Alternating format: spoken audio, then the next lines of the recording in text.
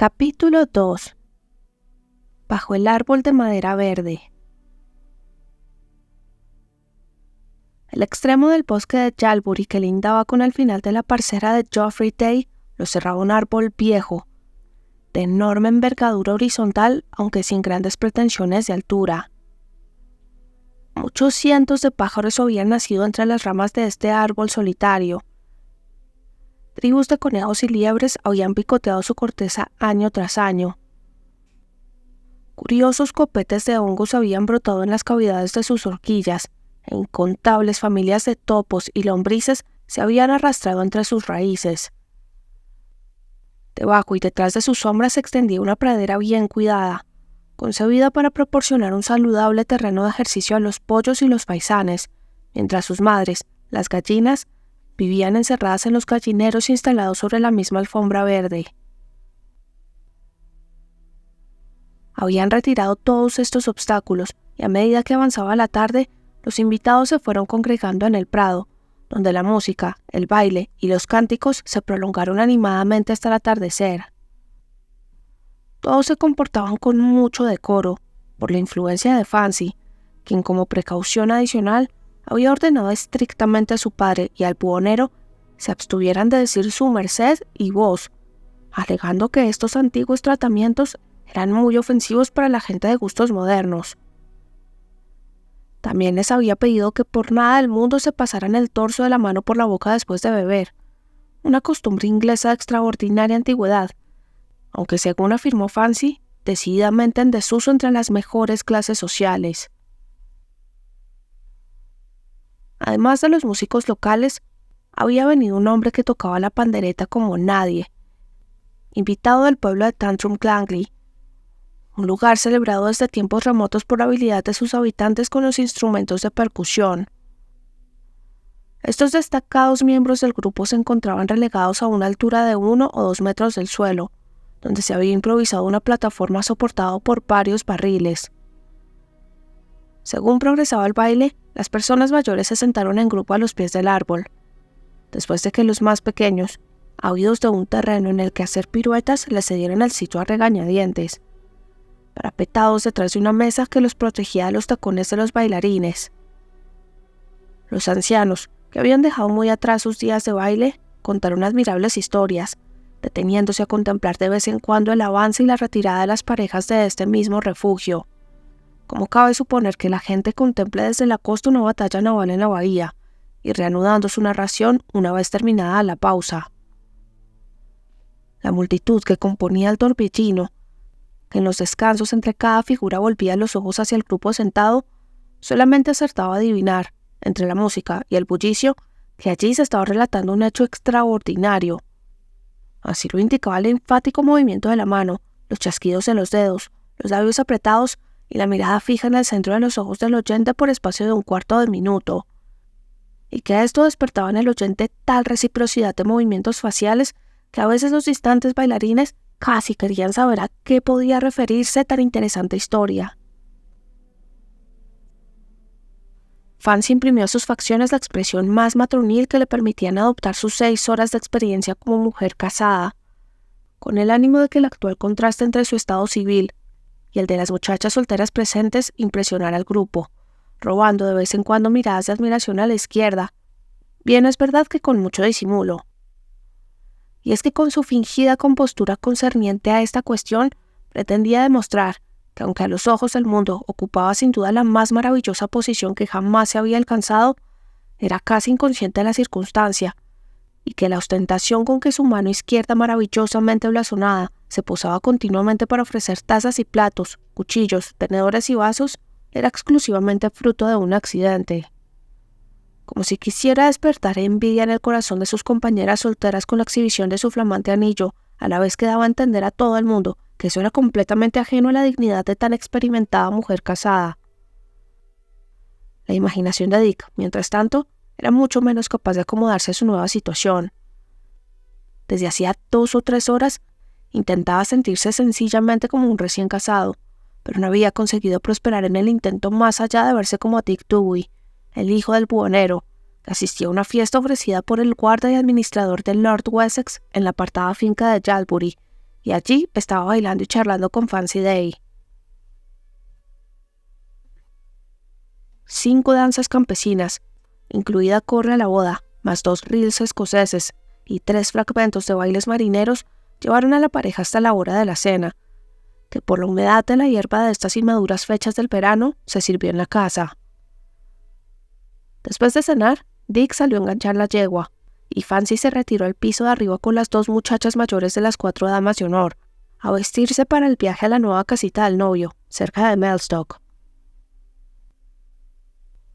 ¿Cuánto vas a tardar en ponerte el bonete, Fancy?, preguntó Dick desde el pie de la escalera. Como hombre casado y dueño de su propio negocio, consciente de la importancia del tiempo, redoblaba el énfasis de sus palabras en la conversación y asentía con vigor añadido. «Solo un minuto». «¿Cuánto es eso?» «Bueno, cariño, 5». «Hijos míos», dijo el buhonero cuando Dick se retiró. «La especie femenina tiene el talento de cambiar los números altos por los bajos, sobre todo en cuestión de espera, cuestión de edad y cuestión de dinero». «Cierto, cierto. Bien lo sé yo», dijo Geoffrey. «Parece que lo dices con pesar, Geoffrey. Eso lo adivina cualquiera que esté al corriente de mi experiencia». «¿Qué está haciendo tu mujer, Geoffrey?»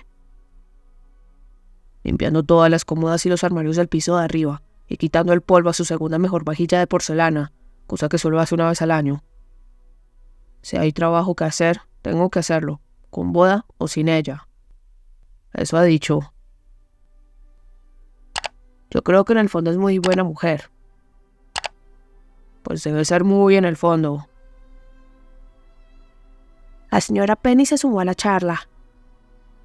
«Hasta los mejores nos enfurrullamos y gritamos, pero con todo y eso, lo justo es que Dick y Fancy tengan la oportunidad de disfrutar de un poco de alegría, como cualquier pareja casada de la comarca». «Eso es indiscutible». La señora Tubby se acercó, hablando a una persona y mirando a otra. «Qué alegría, sí. Siempre pasa lo mismo cuando una pareja se entiende tan bien como Dick y Fancy». «Eso será cuando no son demasiado pobres y tienen tiempo de cantar», dijo el abuelo James. «¿Quieren saber, vecinos, cuándo llegan las estrecheces?», dijo el buhonero. «Cuando las botas de la hija mayor son solo una talla menor que las de su madre, y el resto de la prole la sigue de cerca. Esos son los malos tiempos para un hombre, hijos míos. Muy malos tiempos. Me parece a mí que es entonces cuando le cortan la cresta al gallo». «Así es, poco más o menos», asintió el señor Penny. «Uno se queda de piedra cuando tiene que medir las formas de madres e hijas para diferenciarlas». «Tú no tienes motivos para quejarte de que los hijos vengan tan seguidos, Rubén», dijo la señora Tubby. «Dios sabe cuánto se rezagaron los nuestros». Lo sé», contestó el buhonero. «Y tú eres una mujer muy buena, Anne». La señora Tubby esbozó una sonrisa y la borró sin llegar a sonreír. «Y cuando vienen juntos, se van juntos», dijo la señora Penny, porque en su familia ocurría lo contrario que en la del buhonero. «Con un poco de dinero se tolera mejor tanto una suerte como la otra. Y yo sé que esta parejita puede ganar dinero». «Sí que puede», saltó la impulsiva voz de Liv, que hasta ese momento había estado admirando la escena humildemente desde un rincón. «Se puede. Solo hacen falta unas pocas libras para empezar. Nada más. Es una historia que habla de eso». «Cuéntanos la historia, Liv», dijo el buhonero. «No sabía que fueras tan listo para contar una historia. A callar todos, que el señor Liv va a contar una historia». «Cuenta tu historia, Thomas Liv», dijo el abuelo William en el tono de un maestro de escuela. «Había una vez», dijo el complacido Leaf con voz titubeante. Un hombre que vivía en una casa. El hombre se pasaba el día y la noche pensando y pensando. Al final, como podría haberme pasado a mí, pensó. Con solo 10 libras que tuviera podría amasar una fortuna. Y al final, entre unas cosas y otras, consiguió las 10 libras. ¿Quién lo diría? Señaló Nat Calcom satíricamente.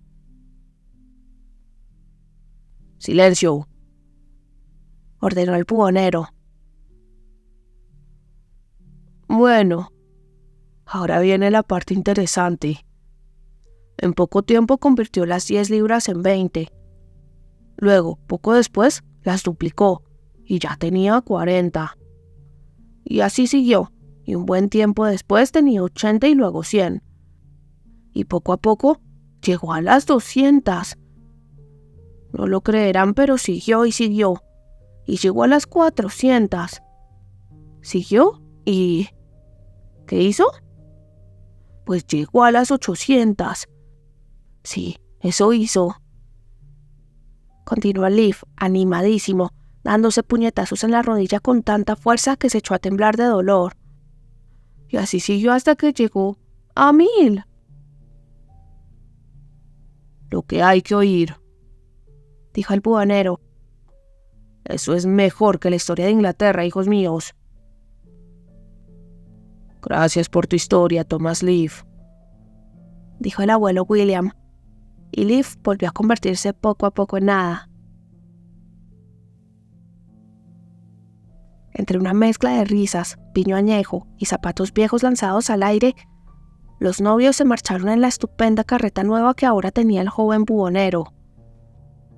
La luna acababa de pasar su momento de plenitud, y la pareja no necesitaba por tanto la luz de los faroles o de su propia belleza. Circulaban despacio por el valle de Yalbury, donde el camino discurría entre 2 arboledas. Dick le iba diciendo a su compañera: Fancy, si somos tan felices es porque entre nosotros hay una confianza total. Desde el día en que confesaste ese coqueteo sin importancia con Chiner, a la orilla del río, que en realidad no fue ni coqueteo, he pensado que no hay maldad en ti, y que debes de ser muy buena por haberme contado una cosilla tan insignificante y haberte asustado tanto como te asustaste. Desde entonces he decidido contarte todo lo que haga y diga. Nunca habrá secretos entre nosotros, cariño, ¿verdad que no? Ningún secreto. Ninguno desde hoy, asintió Fancy. Escucha, ¿qué ha sido eso? De unas matas cercanas llegó de pronto una voz fuerte, líquida y musical. Tipuit, Sweet, Kikiki. Que venga aquí, aquí. Ah, es el ruiseñor, murmuró Fancy y pensó en un secreto que jamás contaría.